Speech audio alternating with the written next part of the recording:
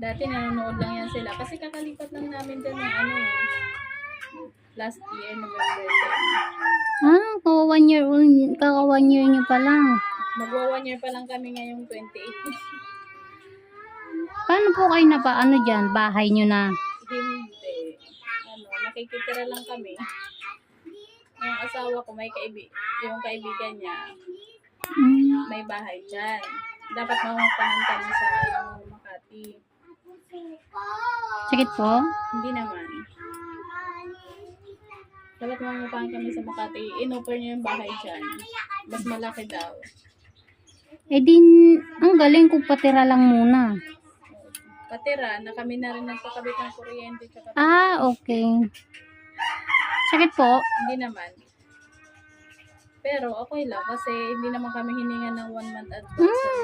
Oh, naka-isang taon na, mag-isang taon na kayo ha. Hindi ka pa ba ano doon, 'di ba?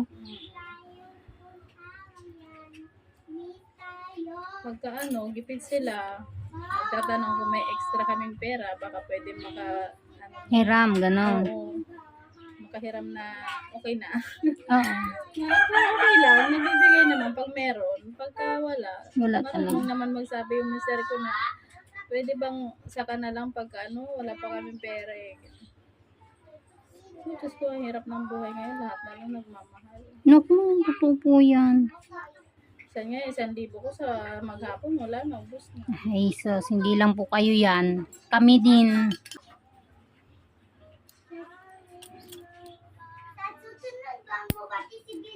Sabi ko, marunong na ako maglinis ng kuko, ganun na lang. Ganun na lang din gawin ko. Kaso hindi, baka makasugat ako, makasuhan pa. Eh, kung marunong naman eh.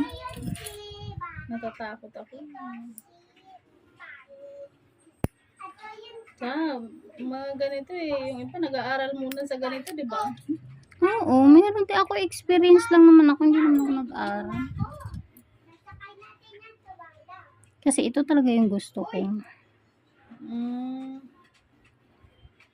Unti-unti ko siyang napapag-aralan. Oo. Learn by experience. Pero binalak ko din mag-aral. Mga TESDA lang. Oo, para may certificate, di ba? Oh, pero hindi talaga ako pinagpala doon. Ay! Bakit? Ewan ko ba? Nagkakataon na kung hindi ako busy, walang ganon. Alam mo yun? Kasi nagplano na din po ako mga ibang bansa. Oo, di ba malaki yung kitaan pag nag-aral kasi. Nagplano ako mga ibang bansa para lang gusto ko magkuha muna ng wala, hindi binibigay sa akin eh. Na-try ko nang nagpunta ng Taguig para lang kumuha ng ng TESDA. Wala pa rin, hindi available. Tapos pag available naman, nakapag-isip na ako na hindi na ako tutuloy, din siguro binibigay. Dahil sa mga anak mo. Eh ngayon, hindi na ako magpaplano mga ibang bansa para lang makapaglinis. Mahirap, mga ibang bansa nakikita ko na eh. Swertihan lang.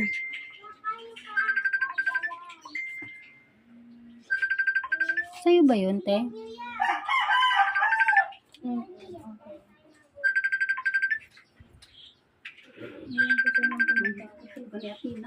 Pumasok sa kabinet. Naukay ang damit ni ate niya. Tapos, may ang plansa na ay ang inalansa doon.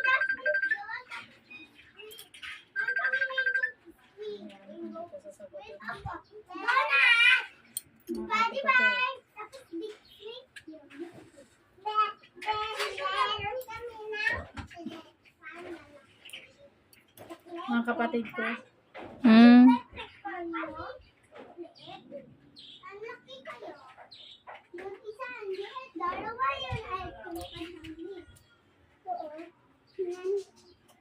Pag-uwi namin, paano kaya kami sasakay? Diyan po may terminal po dyan. Kaya lang mag-commute na kayo kasi baka mapamahal yung arkila nyo hanggang Southville nyo. Baka hingan kami ng 500 pa.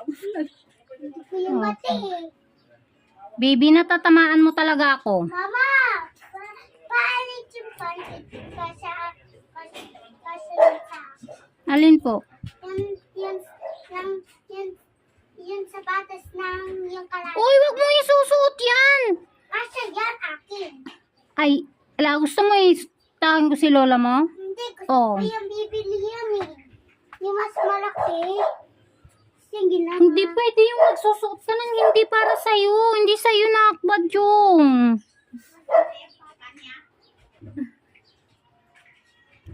Giterang pala ka tong aking budso. Sakit po, ma'am. Hindi naman. Dry skin po, ha?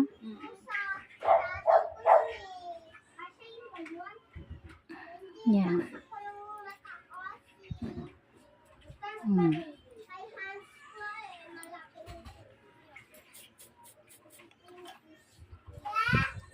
Iyang puti na yan, hindi naman po yan, sira, ha? Teka lang, titignan ko pa. Manipis lang, no? Kumbaga, mag-uumpisa pa lang. Pero agapan niyo po, wag niyo pong hayaan na